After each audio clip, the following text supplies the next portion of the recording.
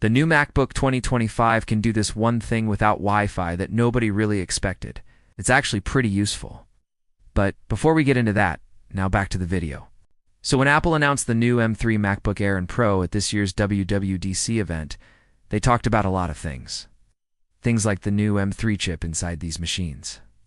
How powerful it is, how efficient it is, how much faster it is over the previous generation. But there was one thing that they didn't really talk too much about, and that is the new Wi-Fi 6E standard that is inside the MacBook 2025 models. If you don't know already, Wi-Fi 6E is basically an extension of the Wi-Fi 6 standard that allows devices to connect to Wi-Fi. 6E access points are routers at a speed of up to 2 times faster than the previous generation. The new MacBook supports this standard natively out of the box. And while it might not seem like a big deal to most people, there are some use cases where this can come in handy, especially when you're not connected to a Wi-Fi network. Now, even though most of us use Wi-Fi in our daily lives, there are still plenty of situations where you're not connected to a Wi-Fi network. You could be at a coffee shop, for example, or at a library, or maybe even on a plane. But with the new MacBook, you can take advantage of the Wi-Fi 6E standard when you are connected to a Wi-Fi network. So let's say you're connected to a Wi-Fi 6E router at home, and you decide to take your MacBook to a coffee shop that also has a Wi-Fi 6E network. When you connect to that network, your MacBook will automatically switch to the 6 GHz band, which is the new frequency introduced with the Wi-Fi 6E standard. This allows for faster speeds and less congestion, since there are fewer devices that support this band compared to the 5 GHz band.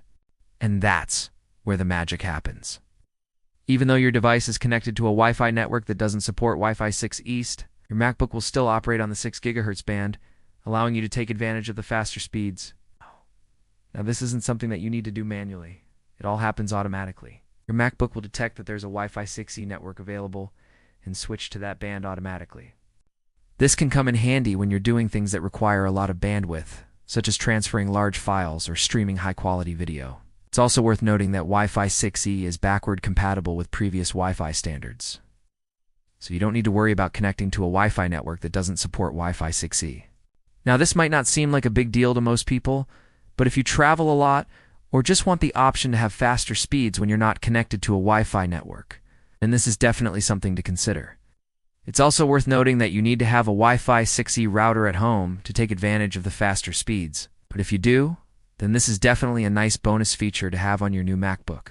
And that's what it is. If you guys enjoyed this video, make sure to leave a like, subscribe for more content. If you guys have any questions, feel free to leave them down in the comments section below. I'll see you guys in the next video.